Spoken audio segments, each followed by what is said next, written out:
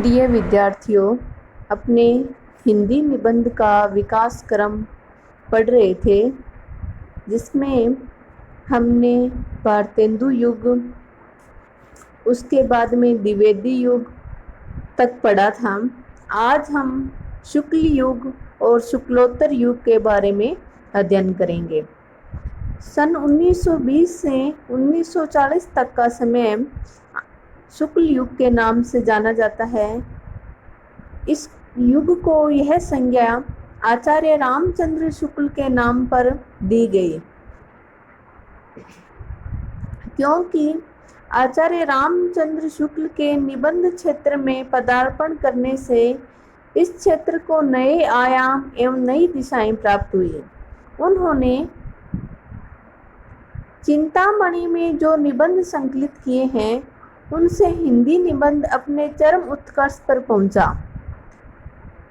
वस्तुतः निबंध कला के सभी गुण इनके निबंधों में उपलब्ध होते हैं। शुक्ल जी ने जो निबंध लिखे वे चिंतामणि नामक संकलन में संकलित है, जिसमें दो प्रकार के निबंध हैं, साहित्यिक समीक्षा संबंधी निबंध और मनोविकार संबंधी निबंध।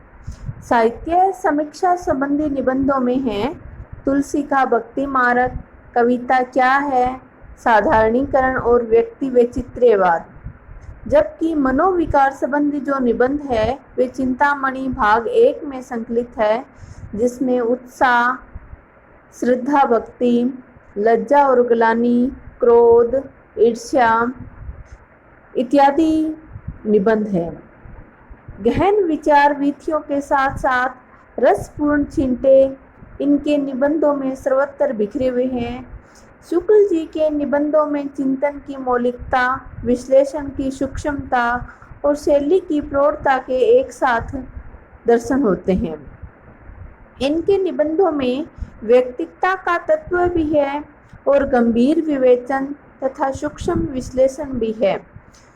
अगर हम कहें कि शुक्ल जी के निबंधों को हिंदी निबंध का आदर्श कहें तो कोई अतिशयोक्ति नहीं होगी, क्योंकि एक आदर्श निबंध में जो गुण होने चाहिए वे सभी गुण हम शुक्ल जी के निबंधों में देख सकते हैं।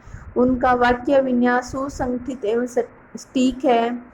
प्रत्येक शब्द अपने उचित स्थान पर जड़ा हुआ मालूम होता है। और यदि यह कहें कि शैली ही व्यक्तित्व है, तो यह कथन शुक्ल जी के निबंधों पर पूर्णतः लागू होता है। शुक्ल जी ने विषय के अनुरूप सभी शैलियों का प्रयोग किया है। कहीं वे सूत्र शैली का प्रयोग करते हैं, तो कहीं गवेषणात्मक शैली का।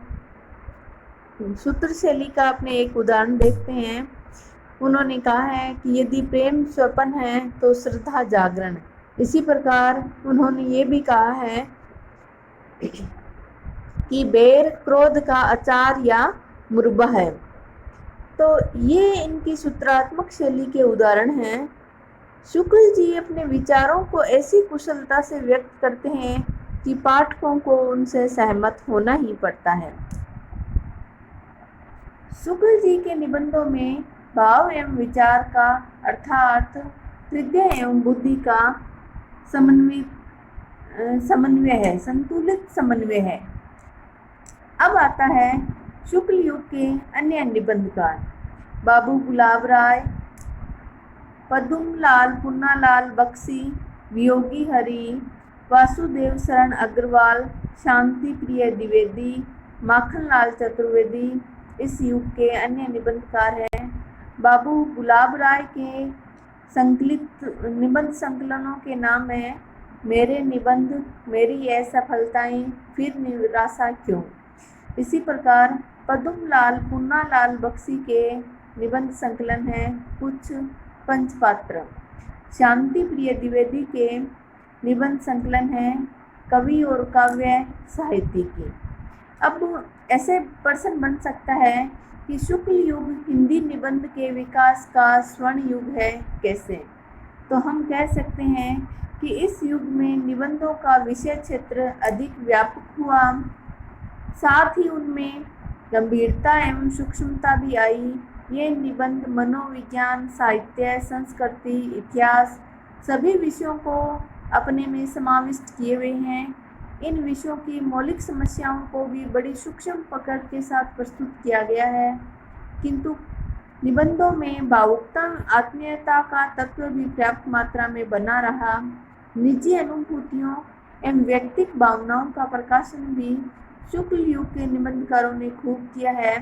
आचार्य रामचंद्र शुक्ल इस युग की महानतम उपलब्धि है और वे हिंदी के सर्वश्रेष्ठ निबंधकार कहे जा सकते हैं। अब आता है शुक्लोत्तर युग। सन 1940 ईस्वी के उपरांत का जो समय है उसको शुक्लोत्तर युग कहा जाता है।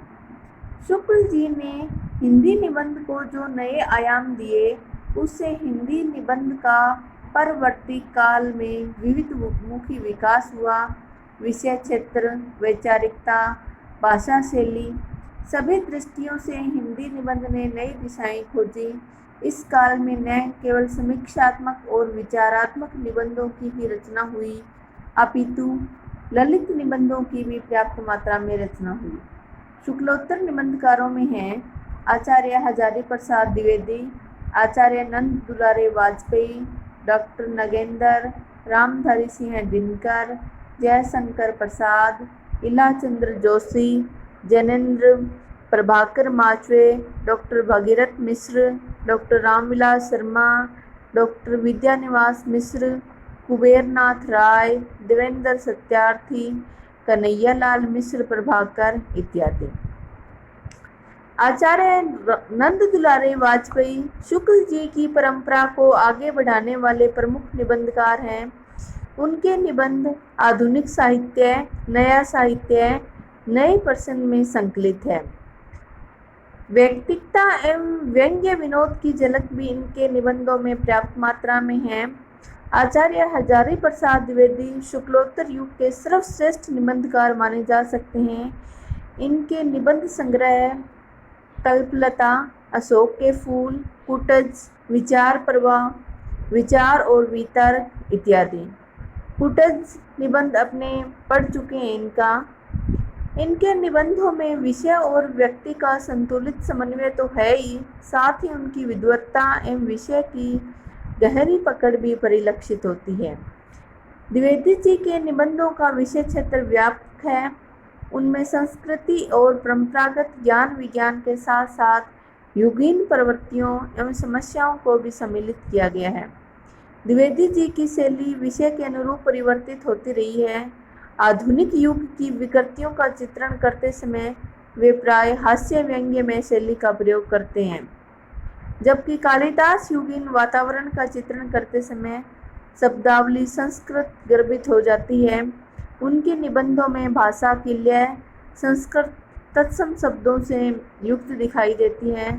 उन्होंने शोधपरक, समीक्षात्मक निबंध भी लिखे हैं और ललित निबंधों की भी रचना की है। डॉक्टर नगेंद्र शुक्लोत्तर युग के एक अन्य प्रमुख निबंधकार हैं। उनके प्रमुख निबंध संग्रह है विचार और विवेचन, विचार और अनुभूति, विचार और विश्लेषण। यद्यपि उनके निबंधों में विषय की प्रधानता है, तथापि उनमें लेखक के व्यक्तित्व का समावेश भी हुआ है। गूढ़ गंभीर विषयों को रोचक ढंग से इस प्रकार प्रस्तुत करना जिससे पाठक की समझ में बात पूरी तरह आ जाए, नगेंद्र जी की प्रमुख विशेषता है। साहित्य और कला जैसे विषयों पर भी उनके निबंध संग्रह प्रकाशित हुए हैं। डॉक्टर रामविलास शर्मा प्रगतिशील निबंधकार माने जाते हैं, जिन्होंने व्यंग्यपूर्ण शैली में गंभीर विषयों को निबंधों का रूप दिया है। प्रगति और परंपरा, प्रगतिशील साहित्य की समस्याओं में उन्होंने विषय का प्रतिपादन प्रगतिवादी दृष्टिकोण से किया है। साहित्य, कला, संस्कृति और राजनीति पर भी उन्होंने अपने विचार निबंध रूप में प्रस्तुत किए हैं। इन विषयों पर संकलित निबंध संस्कृति और साहित्य, स्वाधीनता और राष्ट्रीय साहित्य में संग्रहित किए गए हैं। इन निबंधकारों के अतिरिक्त डॉक्टर विद्यानिवास मिश्र, कुबेरनाथ राय, कन्हैयालाल मिश्र प्रभाकर, नलिन विलोचन शर्मा, प्रभाकर माचवे आदि अनेक निबंधकारों ने निबंध रचनाएं प्रस्तुत की है। अब हम संक्षेप में कह सकते हैं कि हिंदी निबंध साहित्य ने बहुत कम समय में आशातीत प्रगति की है। भारतेंदु युग से लेकर वर्तमान युग तक हिंदी निबंध ने क्रमशः प्रौढ़ता प्राप्त की है और निबंधों का विविधमुखी विकास हुआ है। आज हिंदी निबंध में विषय वैविध्य है, विविध शैलियाँ हैं, गंभीर चिंतन मनन है, किंतु उसमें व्यक्तित्व का प्रकाशन कम होता जा रहा है। हास्य, व्यंग्य और रोचकता में भी कमी हो रही है। परिणामतः वे शुष्क, नीरस और दूरह बनते जा रहे हैं। आज के निबंधों में राजनीतिक एवं सामाजिक समस्याओं की उपेक्षा भी हो रही है। तो आज हिंदी निबंध आज तक इसने नए आयामों की खोज की है और नवीनता की भी खोज की है। अपने अस्तित्व को बनाए रखने में हम आशा करते हैं कि वो आगे भी सफल हो सकेगा। धन्यवाद।